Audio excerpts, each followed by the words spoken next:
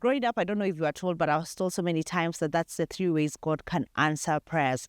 And I do not want to argue for against it. I think there are many other ways God can answer, but yeah, we can actually in a very simple way say those are 3 ways God can answer our prayers. We like when it is yes, because yes means that God has answered our prayers and we can see the results, hopefully in a very quick way, and we celebrate, and that is beautiful. We love that experience.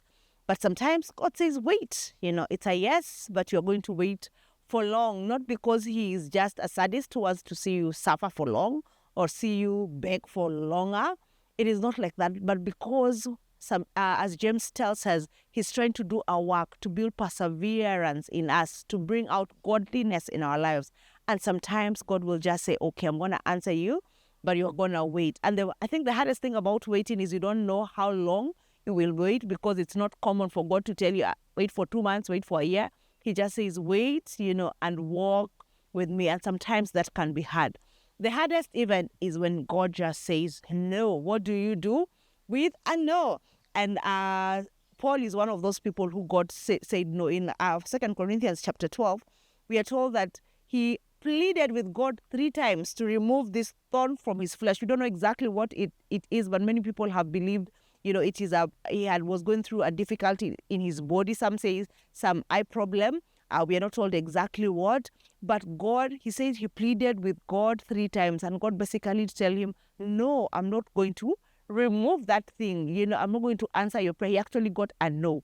But we are told that God told him, my grace is sufficient for you, and my strength is made perfect in your weakness. That God said, much as I will not do this thing, I will give you grace to go through that. And I feel like a lot of Christians, me included, sometimes we struggle with the answer no. But I am a parent of a child, of a 5-year-old.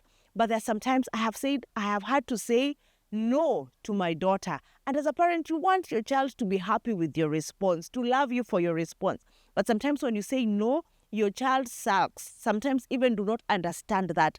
But when you say no as a parent, it's because you know it is not good for your child. It is not good maybe for that time. It is not good, maybe never will be good. Or you're even if, for example, they're doing homework and they want to take a break and you say, no, you have to finish it and finish it now because they're just being playful. So we say no. And no is not a sign of an unloving father. It's not because he's an unloving father. It's not because he does not care, because he is God and you have to trust God.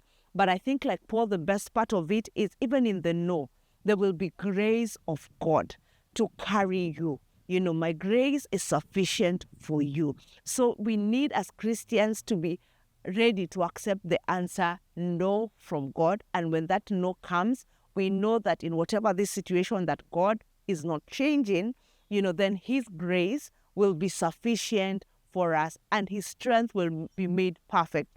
And at the end of it, maybe in heaven, if we are blessed in this world, we'll understand and say, all right, I understand why God said no. So we have to learn to trust. Even when God says wait, even when God says no, he's a good God as in the times he says yes. God bless you.